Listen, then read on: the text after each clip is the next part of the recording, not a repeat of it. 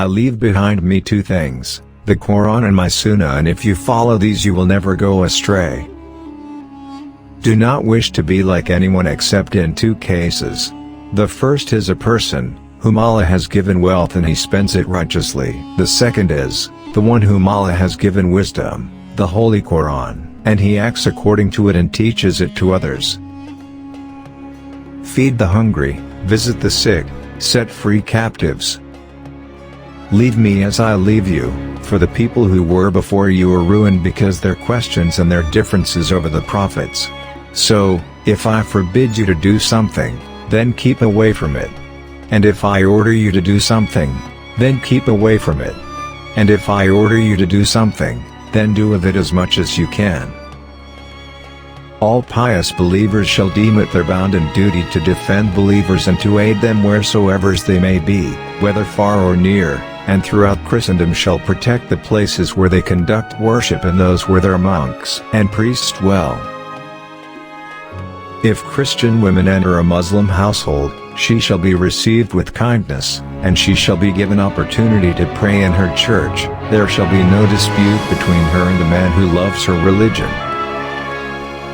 No Christian shall be brought by force to confess Islam, and no disputes except over the better things shall be envisaged in with them. Muslims shall extend over the Christians everywhere the arm of mercy and kindness, protecting them from the exactions of oppressors.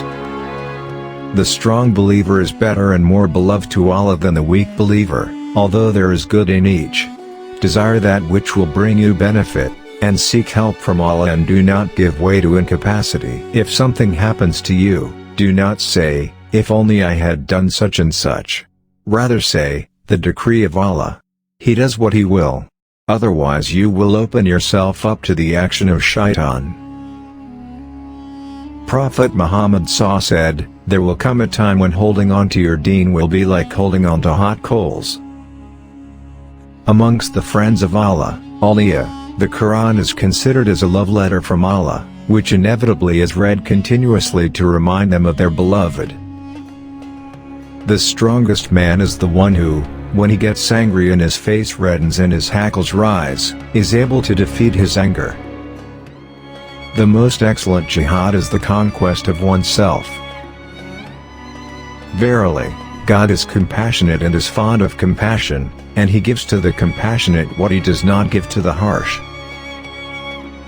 This world is a prison for the believers and a paradise for the non-believers.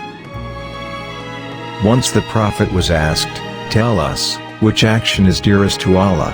He answered, "To say your prayer at its proper time." Again he was asked, "What comes next?" Muhammad said, "To show kindness to parents." Then what? He was asked, "To strive for the cause of Allah." When two persons are together, two of them must not whisper to each other, without letting the third hear, because it would hurt him. Verily, it is one of the respects to Allah to honor an old man. Kindness is a mark of faith, and whoever has not kindness has not faith.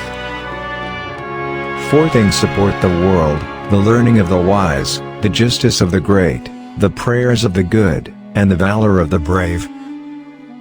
None of you truly believes until he wishes for his brother what he wishes for himself.